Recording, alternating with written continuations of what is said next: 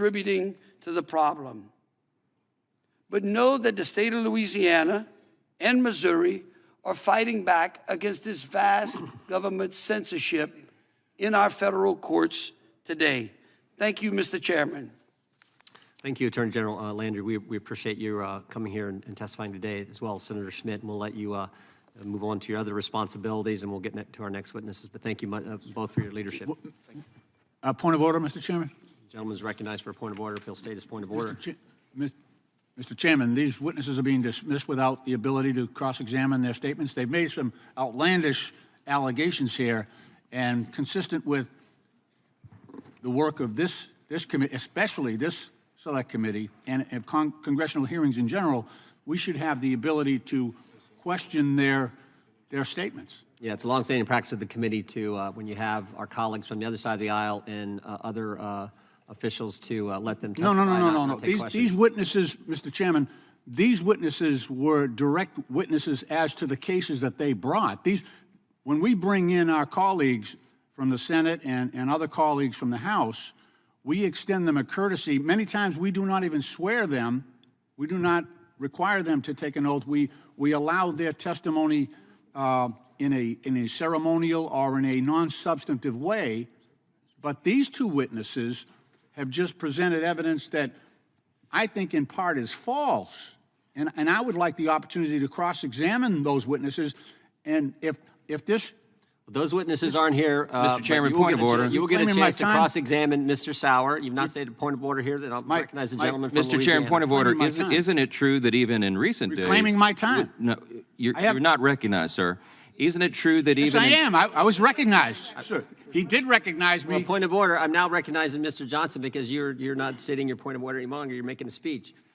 And my point of order, Mr. Chairman, is to recall, isn't it true that in recent days, even colleagues like Congressman Jamie Raskin presented testimony that was pretty salacious and was allowed to leave the room, and we were not allowed to cross-examine him. Isn't that true, Mr. Chairman, in response to the gentleman's... The committee will abide by the custom of the House. Salacious has to do with sexual content, and I don't think that our colleague, Mr. Raskin, presented salacious comment. I would ask that well, let's call it outrageous then. I'll use the same term that my colleague did. That word be taken down because it's false. I think you just said outrageous. Mr. Chairman, in debate on the point of order... Gentleman from Louisiana... Mr. Chairman, in debate...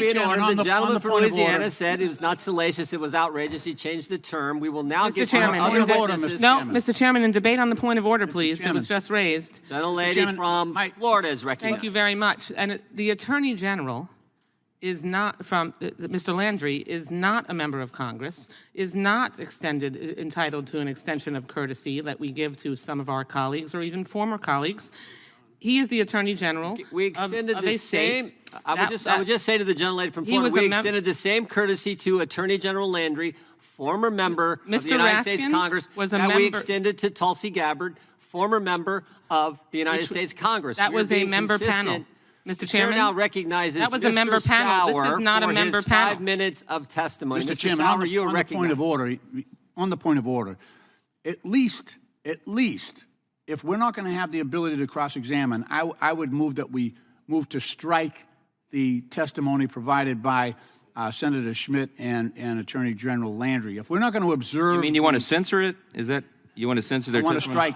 I want to strike it. If we aren't able to probe the veracity of their statements, the truthfulness of their statements. You will be given your 5 minutes here when we get to the 5 minutes. They're not here. They're not here. They're absent. Understand that. You will be able to ask. They have scurried away with your complicity.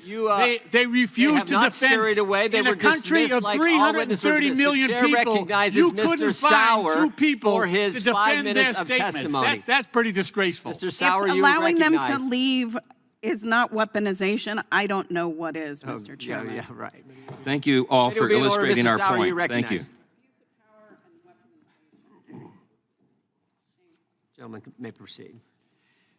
Mr. Chairman, Ranking Member Plaskett. Mr. Chairman, I move to adjourn.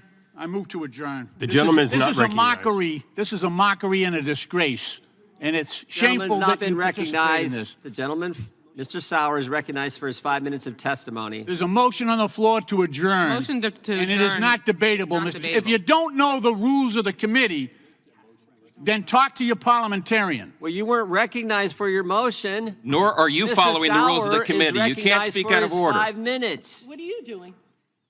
What are you doing? You're out of order. Mr. Sauer, you can proceed.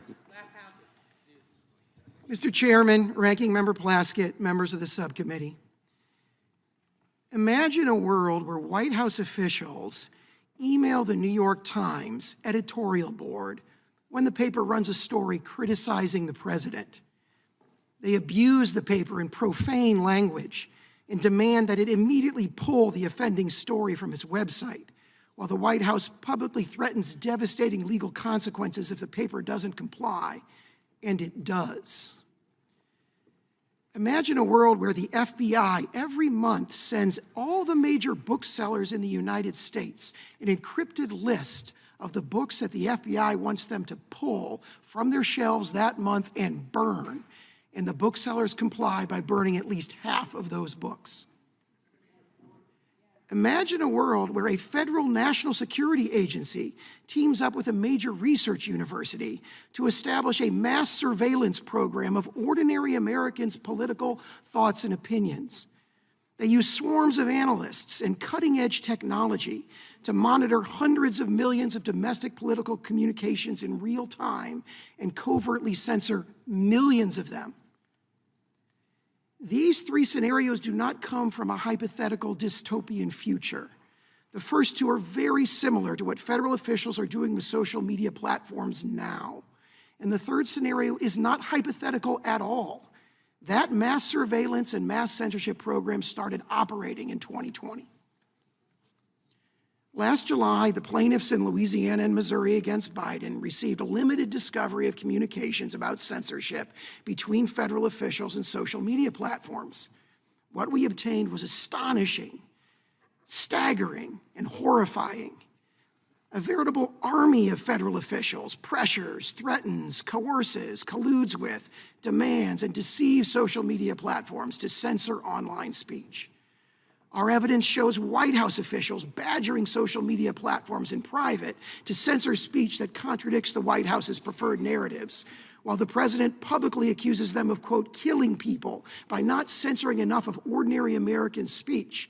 And the president's spokespeople raise the specter of crippling legal consequences if they don't comply.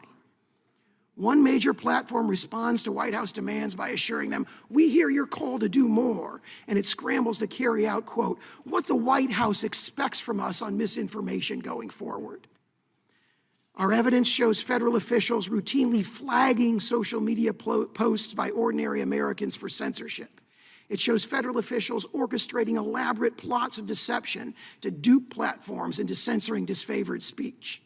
It shows federal officials engaging in seemingly endless meetings with the content moderation officers of major platforms to discuss disinformation and censorship. It shows federal officials serving as privileged fact checkers with effective authority to dictate what Americans can and cannot say on matters of immense public importance on social media. And it shows federal officials relentlessly pressuring social media platforms by threatening them with ruinous legal consequences if they do not cave to the federal demands for censorship. Truth is not the goal of this federal censorship enterprise. The censors have been proven wrong again and again, including on politically seismic issues. But each time the censors are proven wrong, the censorship has continued unabated, and it expands. And that is because now, as at every other time in human history, the goal of censorship is not to promote truth. It's to obtain, preserve, and expand political power. Censorship is not necessary to protect Americans' lives, security, or democracy. Systematically violating the most basic civil right of millions of Americans does not make Americans safer or healthier. Federal censorship is not democratic. It stifles the voices of ordinary Americans and places the channels of public debate under the command and control of elites. Censorship inflicts lasting harm on Americans by impeding the pursuit of truth in a free marketplace of ideas. The Supreme Court describes social media as the modern public square. For years, federal officials have been perpetrating a hostile takeover of that modern public square, and this hostile takeover has largely succeeded. Congress should take swift action to banish the federal censors and restore the freedom of speech to social media. I welcome the subcommittee's questions. Thank you, Mr. Sauer. Mr. Seligman, you're recognized for 5 minutes.